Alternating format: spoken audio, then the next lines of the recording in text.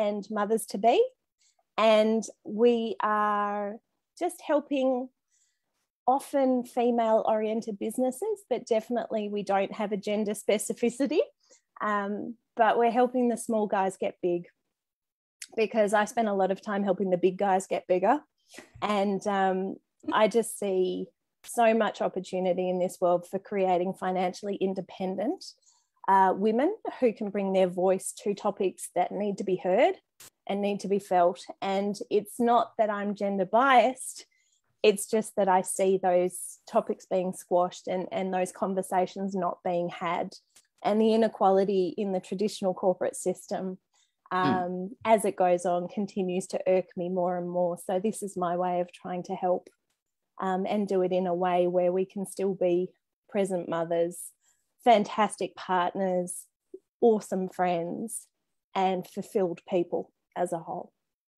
Yeah, thank you so much for that amazing introduction. And yeah, so Georgia was a good find, and she was so brave, because this is a topic that not many people would dare go, because it is so personal and so hard. Still fixing my voice. So now, if I were to quickly just go into it so that Georgia can start sharing her story with us, then I can rest my voice for a bit. So today our topic is about losing babies. There's so many ways, and you're saying, oh, so which stage are we talking about? We are talking about, you know what?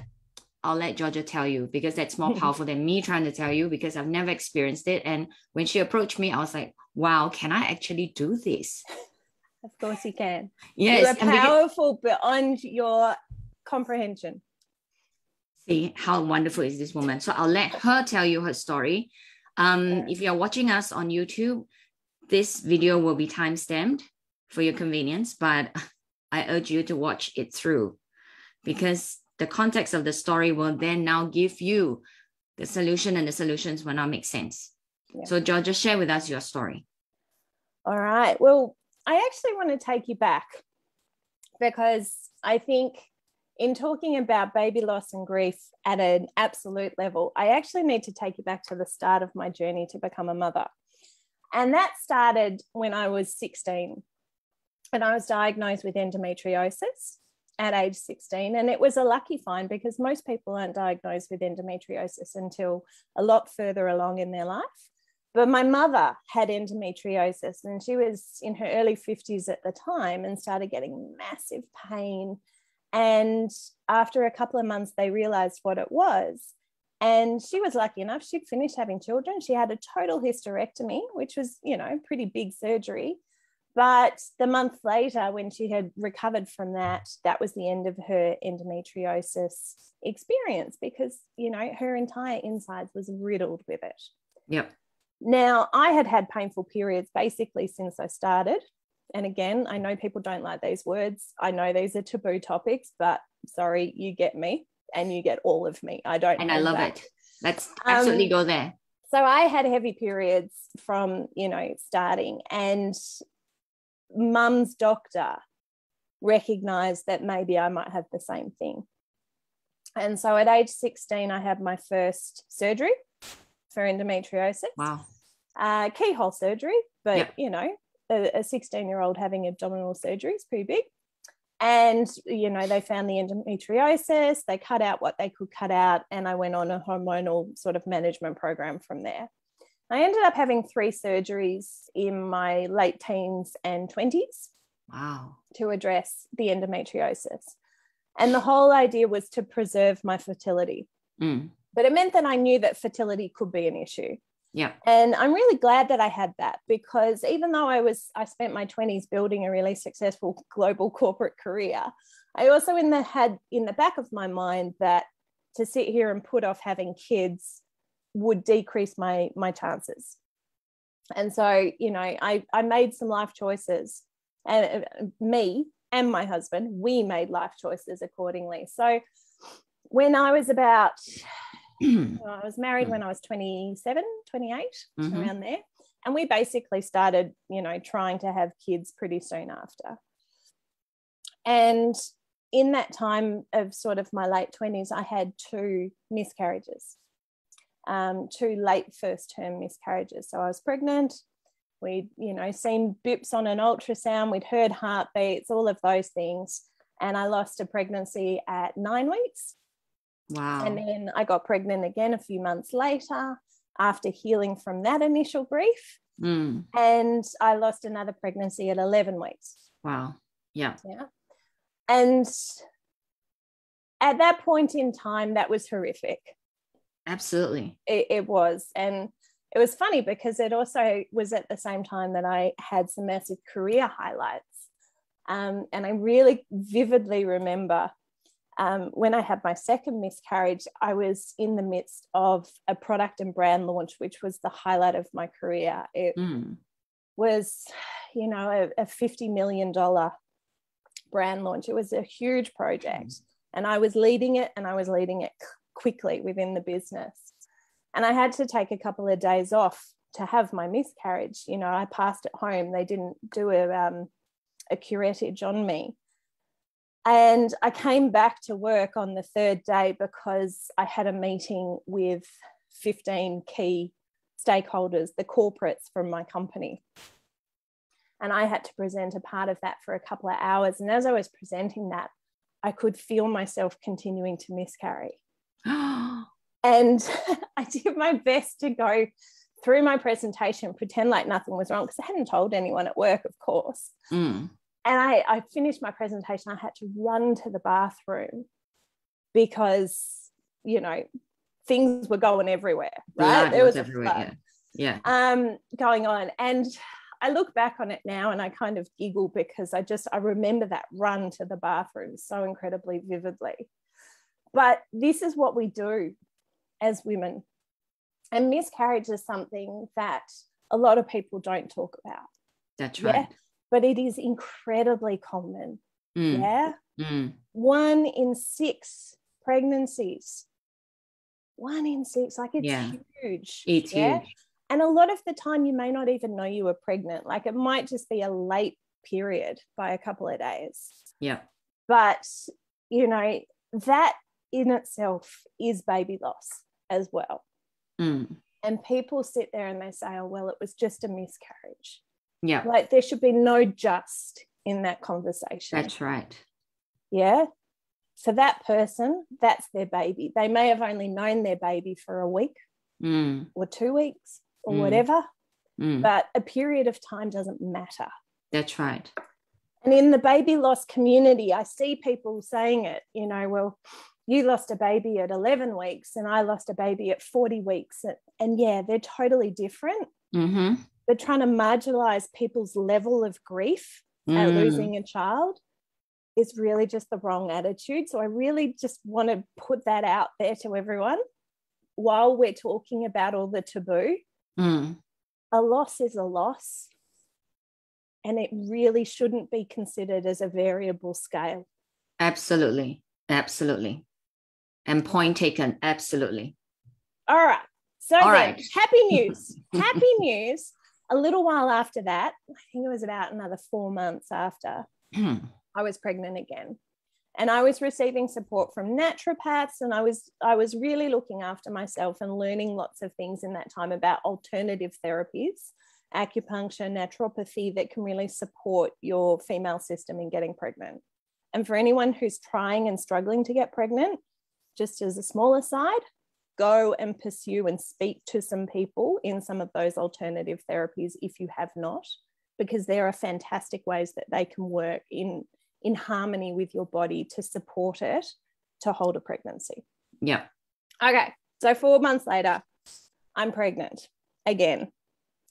And that pregnancy resulted in my first daughter. Yay. Who is now 8.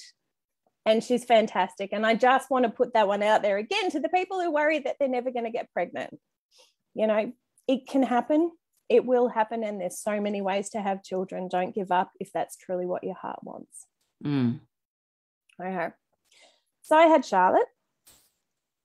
And a couple of years later, so about a year after that, actually, I remember it vividly again. A year later, we found out that we were expecting again. Yeah.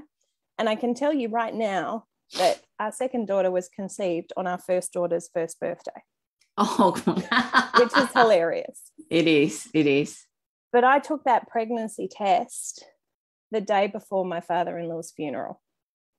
Oh. So it was a huge spin of a time. But it was gorgeous to have a light of hope, you know, just after he lost his battle with pancreatic cancer.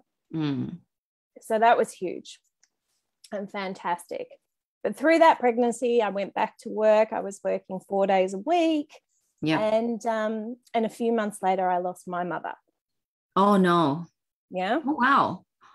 And my mother, I know, okay, I promise I'm a happy person and my life is not horrid. I know, you are.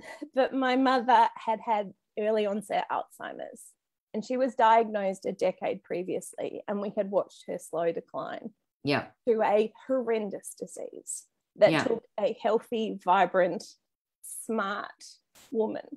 There we go. All right. Okay, so we're okay. We're okay. We are okay. Yes.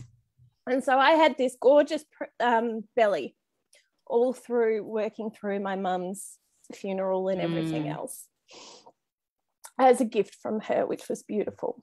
Yep. To help us get through, and a toddler.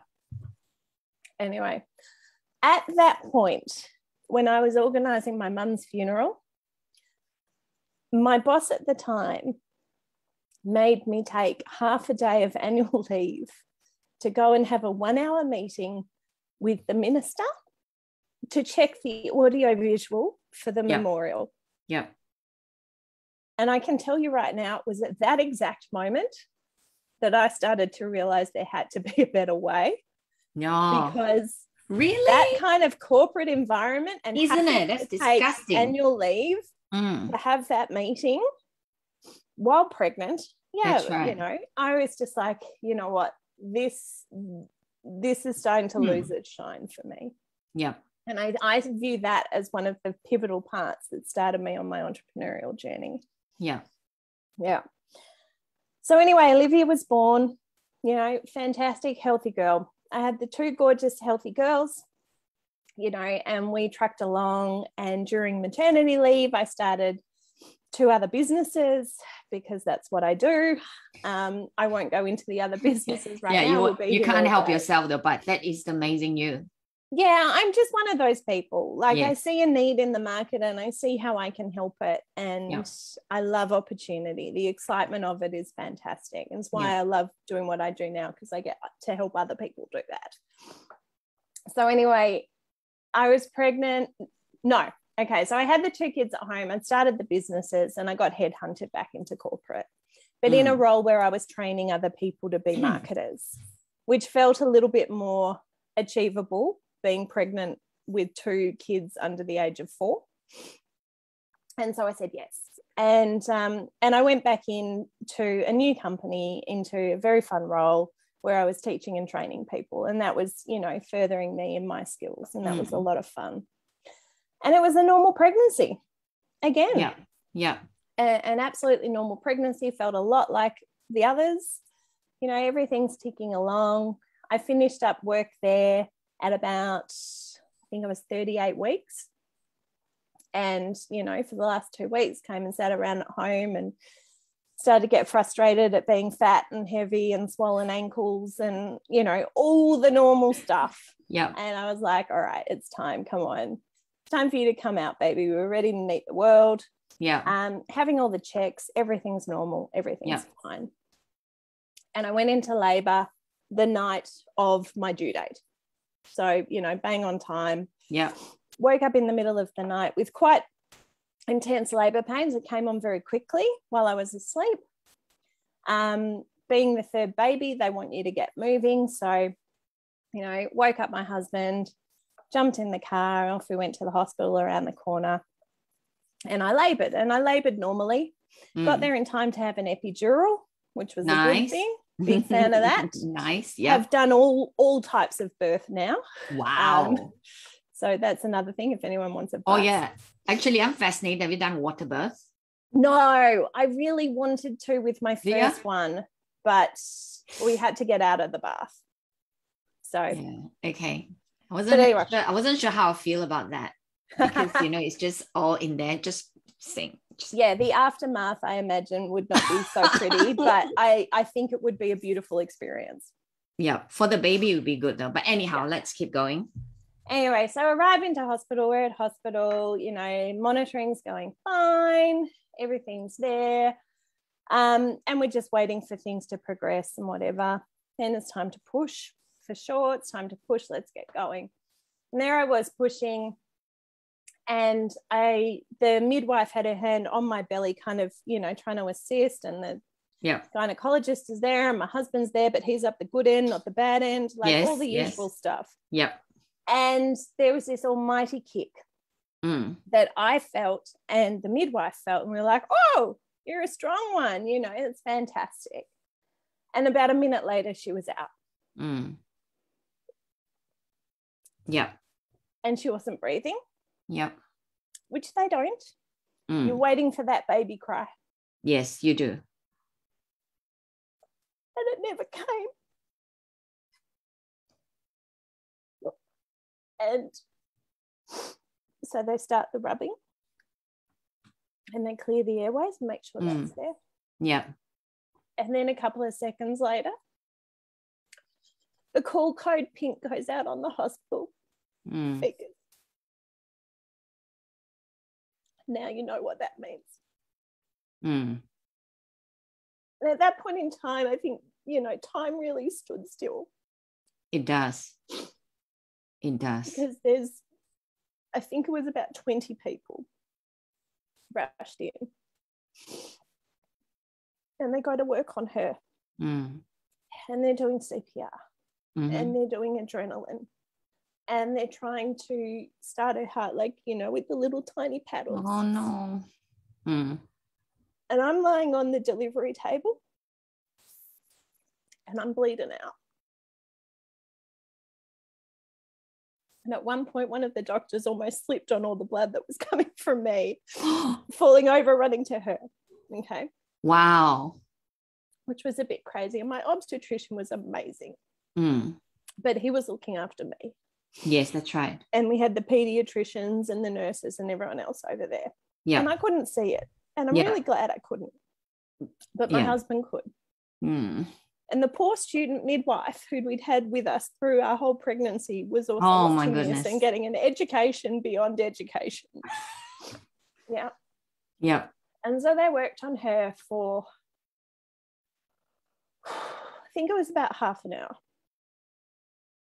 And at that point in time, my husband and I just looked at each other and we knew.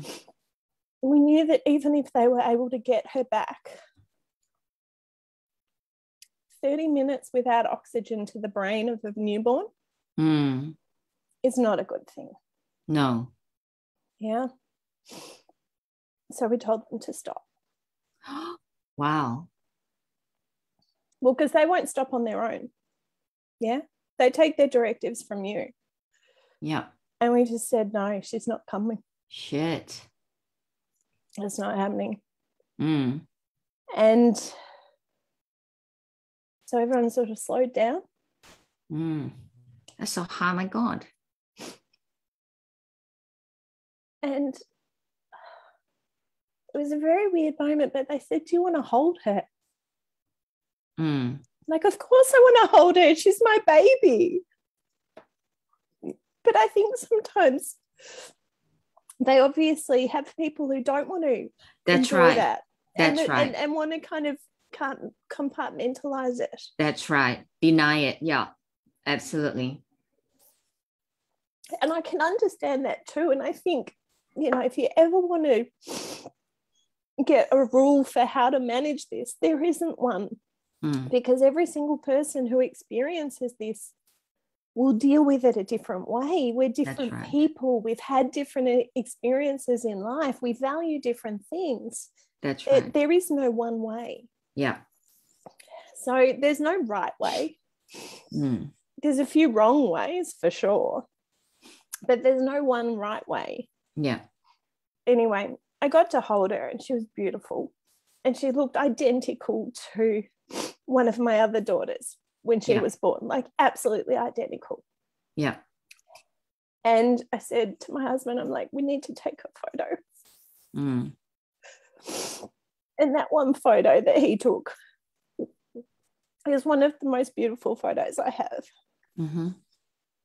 of her. And then my husband had the job of calling everyone, because of course they all knew what was about to happen. Yeah. And we had to break that news. Oh no. To my father. Yeah. To Steve's mother. Yeah. To his sister. To my brother. To my sister. And the bit that I absolutely love is that every single one of them rushed to come and meet her. Oh, that's so nice. And so so nice. We actually took that opportunity to introduce our daughter to our friends and family. Well, our family. Because I view that as being really important. Yeah, absolutely. And I think it set the tone now, 4 years on, for all of our family to treat her as the member of the family that she is. Yeah. She may not be here. We may not be able to play with her. But to try and ignore that she existed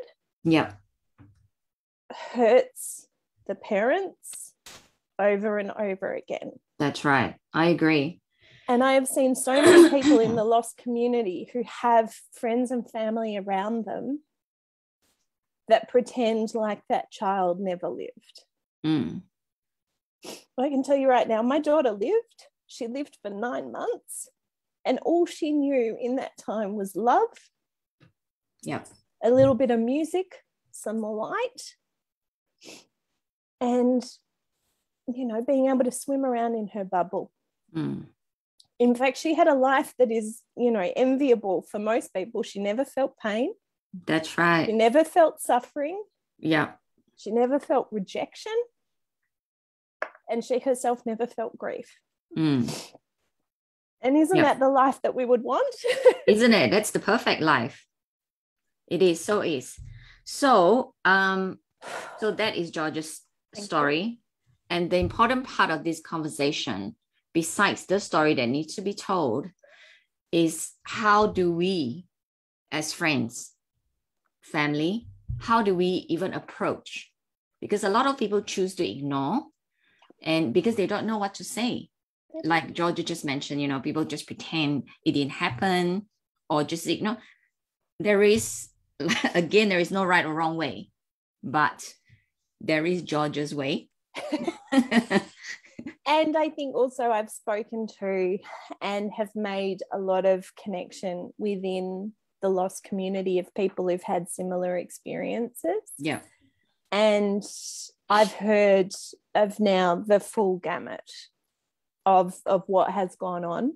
And I know things that are common, and I know things that, you know, other people experience, which is very different from me. And I think there's a couple of things. Number one is, if you have a friend who goes through something like this, or a family member, one of the biggest gifts that you can give is freeing up yourself to become their gatekeeper. Yeah. And the role of the gatekeeper, especially in the early days, is basically taking over all of the admin around the family so that the family have space to be. Yes. And I was lucky enough, I had one of my friends step into that role in a pretty significant fashion. And that meant she coordinated people who wanted to do something, because there is an outpouring of support in the week after. Huge. Yeah. So she channeled people into food vouchers so that we didn't get 10 freezers full of lasagna, you know, so that we could use them for the months after. Because that is so clever. Trust me, I used to love cooking, and I'm still struggling to get my love of cooking back, and it's been 4 years. Wow. Okay. And then the other part of the gatekeeper is they help tell people when to come and go, or, you know, almost kind of run a calendar for you. But the benefit of them also is that they make the phone calls. Yep. Because trust me, every time you're picking up the phone to tell someone who you care about that you've lost a baby is like opening up that wound all over again. Yes. Yeah. And if you have a wide group of friends, that's hundreds upon hundreds. That's of right. calls. That's right. You And have to call repeating the same workplaces. You story. have to call everything. Yeah. Agree. And everyone on the end of those calls wants to help you or ask That's questions or all That's of that. It's all absolute human nature. Yeah. But it's incredibly traumatic for the people. And you are just in this twilight zone. Yeah. Of not knowing what's going on. Like your brain half shuts down just to protect you. Yeah. Because of the trauma you've experienced. Yeah. So if you have the strength, being a gatekeeper in that environment is the biggest gift that you can give. Yes. But it makes sense now. Yeah. But it also means that you have to be okay with letting them absolutely crumble around you and not trying to fix everything. Yeah. Because you can't. That's right. So just keep them fed. Yeah, that's so good. Make them have a bath, because, you know, personal hygiene goes out the door for a long time. Yeah. Yes. And they don't know, like they can't tell you what needs to happen in 5 minutes or pick up the kids from school or just all of that stuff. Like you actually just need to become a PA for a while. Yeah. Huge gift. Okay. The other thing that I really want to implore, and it's probably come across already right now, is crying is okay. Yeah. Crying is, in fact, in my opinion, welcome. It's a fantastic emotional release. But I will continue to shed tears for my daughter because it is the love that I have for her that I have no other way of getting out. For sure. Yeah. So don't be afraid of making someone cry, but make them cry by asking them questions. Ask them about her, like their child, or, you know, honor their child on their birthday. You know, I saw this today and I thought of those messages are like sunshine to the soul. And yeah, it'll make them cry, but they'll love you for it. That's right. That's right. Because you're honoring their child. You're not pretending that they didn't happen. Now, I had friends for a long time. I still, probably not so much anymore. But because they didn't know what to say. That's right. And trust me, no one knows what to say. No. They'd cross the road not to speak to me. Yeah. So pretty soon, sorry, I'm a bit snotty now. I'm an ugly crier. I don't care. But actually, you're not, though. Actually, you're not. I'm just telling you, you're not an ugly crier. There you go. Maybe I'm getting better at it. But I think most people in this situation, they will understand. Yeah. Yeah. But they, it's incredibly isolating. And those people are already going through a really isolating experience. They already feel like they're the only person in the world that's ever had this happen. And then they completely feel like no one understands them. Yeah? Yeah. They really do. Yeah. Now, the horrible flip side of that, as I was saying to Karen recently, is there's about 6 to 7 stillbirths or neonatal deaths every day in Australia. So this is not an uncommon experience. That's right. It is happening. Yeah. Often. Yeah. Yeah? Yes. Very, very often. Oh, hold on. I have a small person. Sweetheart, can I help you? Are you okay? Daddy's just come home. Do you want to go and tell Daddy? Because Mummy's on a call.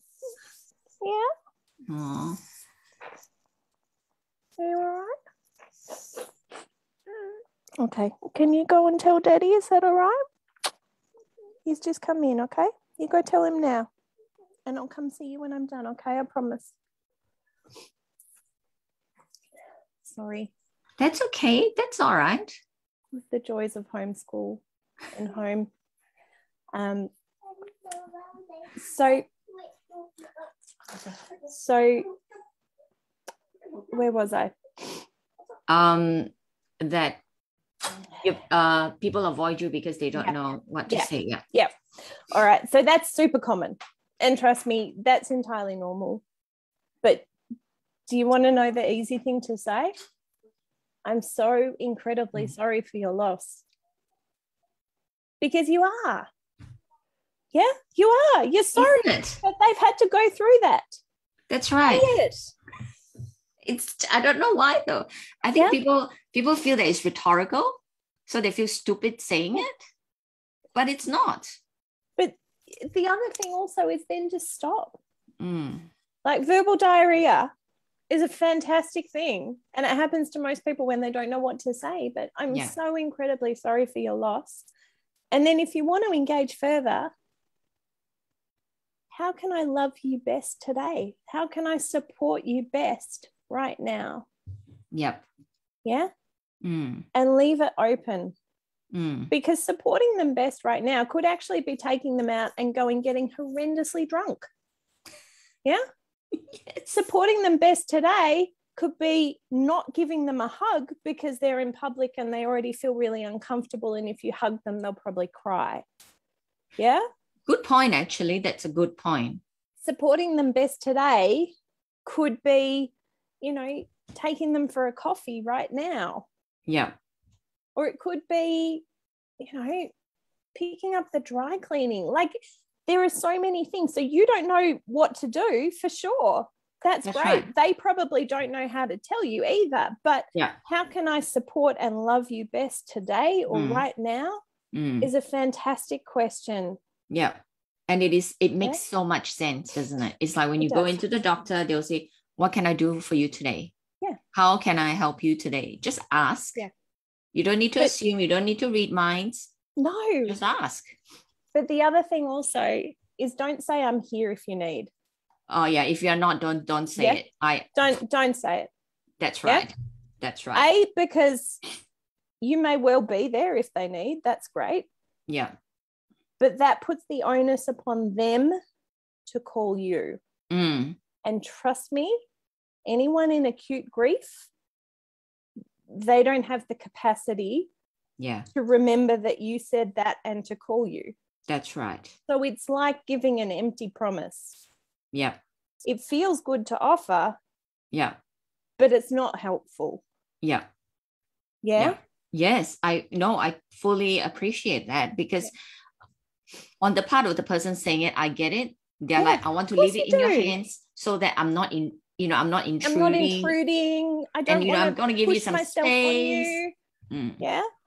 But sometimes they actually do need it. So, that's right. Instead of I'm here if you need or call me if you need, go, would it be okay if we went for a walk next week? Can I message you on Sunday? That's a good one, actually. Yeah. Would it be all right if I dropped over some food on da-da-da? Yeah. Be specific with your offers of help if you truly mean them. Wow. Because that is amazingly helpful. Yes. For the person that you're offering that to. That's right. That's right. You're right. Because a lot of the times, even if you an overwhelm. Exactly. They don't know what's going on. They don't know what day it is. They don't know what time it is. They probably haven't eaten all day because you forget. Yeah. Like they're in an alter universe of reality. Yes. Make it easy for them if you truly want to be there. That's right. I agree. 100%. It's the same thing. You can't leave because you are in the marketing business space. Same thing. You can't tell a client, oh, get back to me. You don't. You follow up. You follow up. You say, did you have any questions about that? Have you understood anything? Everything, can I help? That's right. That's right. Yeah. So any more good tips that you can share with us? A few more good tips, which I love. Okay. Number one, I still don't really like getting flowers, cut flowers. Okay. Okay. Yeah. And other people might be different here. This could be a meism. Yeah. But you know what happens with cut flowers? They die. They die. Yeah. Yep. Mm. And you have a house full of cut flowers. I know.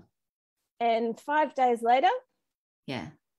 they're all dead, and you're throwing out these gorgeous, big, big, expensive, because everyone wants to show their love. So there's like hundreds, thousands of dollars worth of flowers. So are you saying you prefer booze? Like a yearly membership of booze? Look, champagne for me. I mean, everyone close to me knows that already. And I did. I actually had friends who, came over with a bottle of champagne. Yeah. Yeah. Yeah. And that was their way of supporting me. And it's not champagne because of celebration. It's champagne because it's my favorite drink and it's awesome. That's right. That's right. That's amazing. Mm. But what I have now adopted in my life is when anyone around me is grieving, I give them a plant. Mm. Yeah? Yeah. I want to show you. This is one that sits with me all the time. This flower, which is sprouting at the moment, is the daughter plant of a plant that I was given by a gorgeous friend when my daughter 4 years ago was born. Wow. And I've been able, it got so big, I've had to, split it and repot it. And it's now 3 plants in our house. Wow. Which I feel is quite symbolic because I now have 3 daughters living here in this house. It is actually, isn't it? Yeah. I give live plants too, actually. I prefer to give live plants as well. Very much so. And so that's a tip for me, because that's a gift that has kept on giving. Yeah. And if people see meaning in it like I do, or they don't, like everyone's got their own belief system.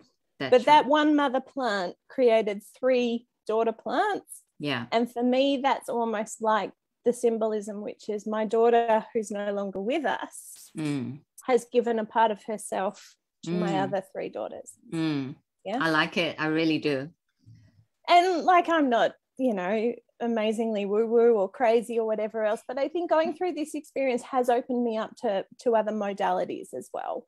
That's right. And I have received a lot of comfort and support from alternative practitioners in this space. Yeah. I've also seen traditional medicine support, and I've had psychological support, because trust me, you need all of them at different times. That's right.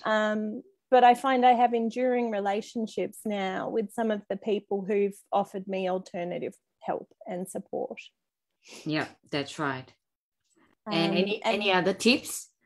And then my only other tip is just to give everyone a little bit of an insight. And I think I've been able to sort of give you a bit of insight into what life's like in acute grief, which, to be honest, lasts, it only really hits about a month after. Yeah. Because in the first space, you're not grieving yet. You just, you don't know what's going on. And then everyone else goes back to their normal lives. That's right. And you're no longer getting the help and support and whatever else. And it's just you and your core, and you have to figure out how to live in a new normal. And that's when grief hits. Okay. So the other one I get hit with a lot is, okay, I'm pregnant and I didn't want to tell you because I don't want to upset you. Yeah. And so people don't know how to have that conversation. Yeah. Yeah. Or to tell you that a child's been born or whatever else. People can be happy for you and devastated for themselves. Yes. At the same time. That's right. That's right. But can I give you a tip on how not to do it? Yeah. Okay. Might be a bit of a funny story, but a few months after our daughter was born, and we're in that stage of acute grief, but our lives are starting to figure themselves out again. I had someone suggest that they should come over to our house for dinner. I'm like, okay. Yeah, cool, that'd be nice. Like we haven't entertained in a long time. No one really wants to know us. We're the social lepers. That'd be great. Yeah. Came over for dinner. I cooked meal. I think I cooked a meal. I might have ordered it in still at that stage, whatever. And we sat down to dinner, and they're like, "We're pregnant!" Oh my God.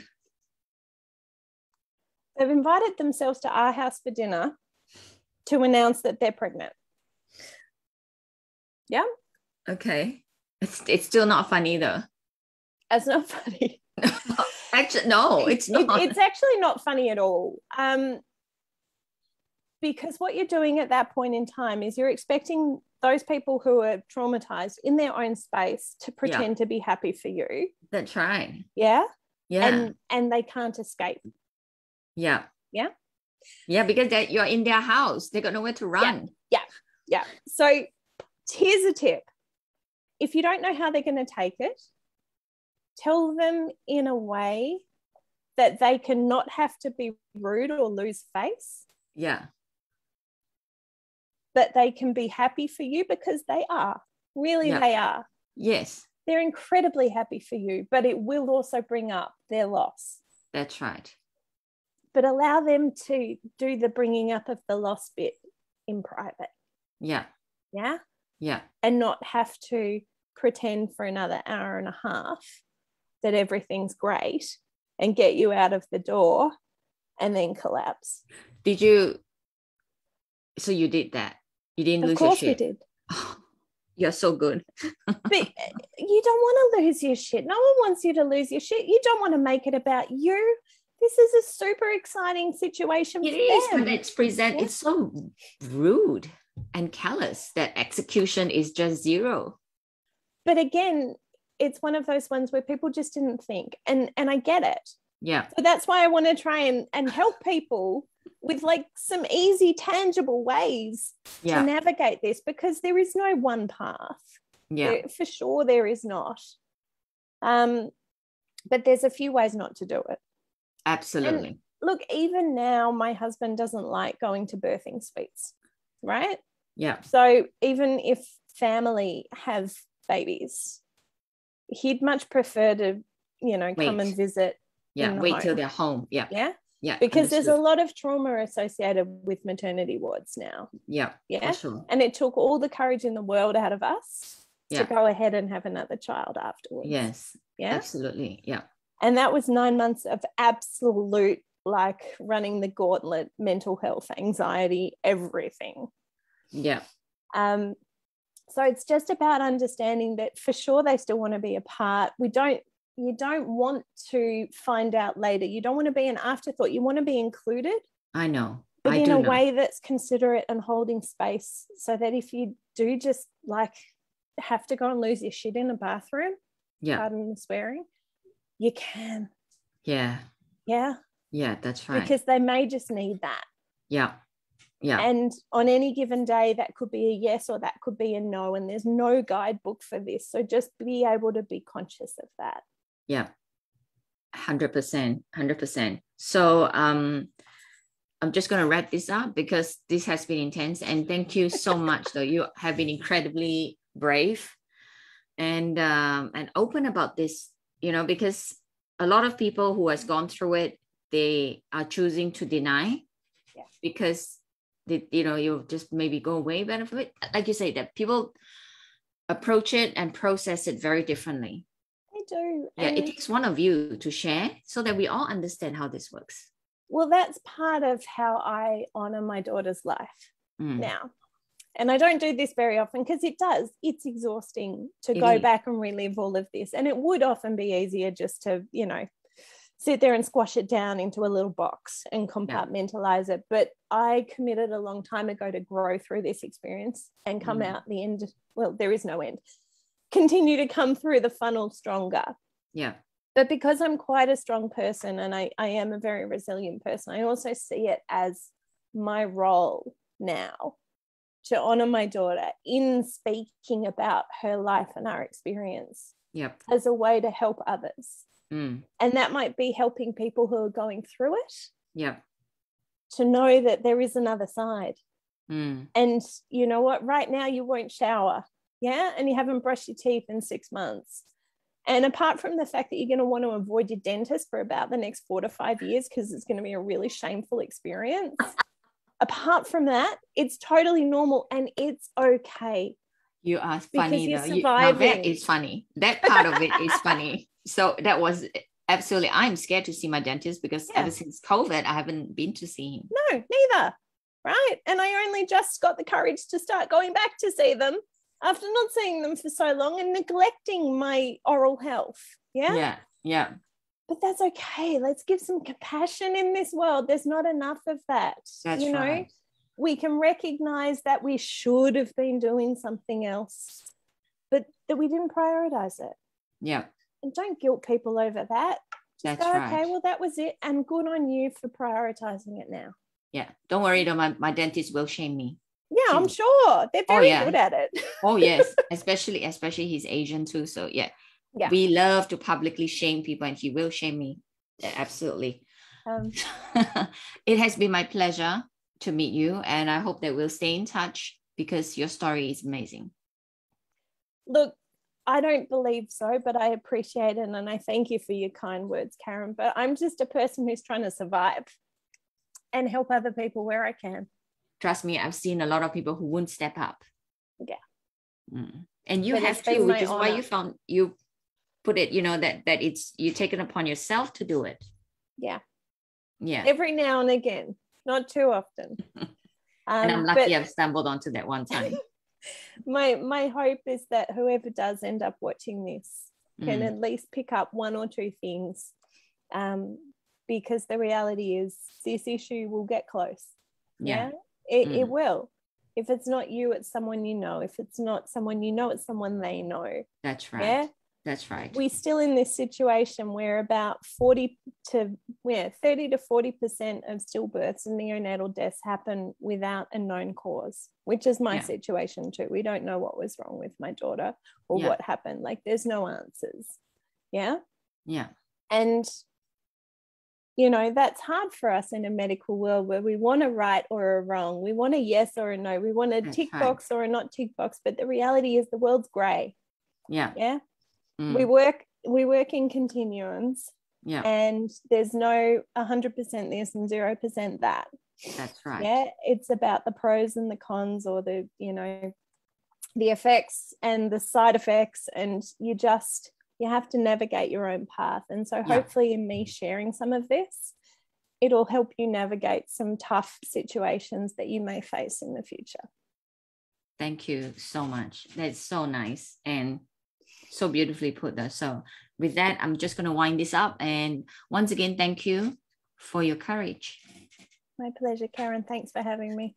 So I'll see you guys next. And I assure you, it won't be so intense like this one. I assure you, this is one of the heaviest one I ever had to do. So thank you again. Thanks, everyone.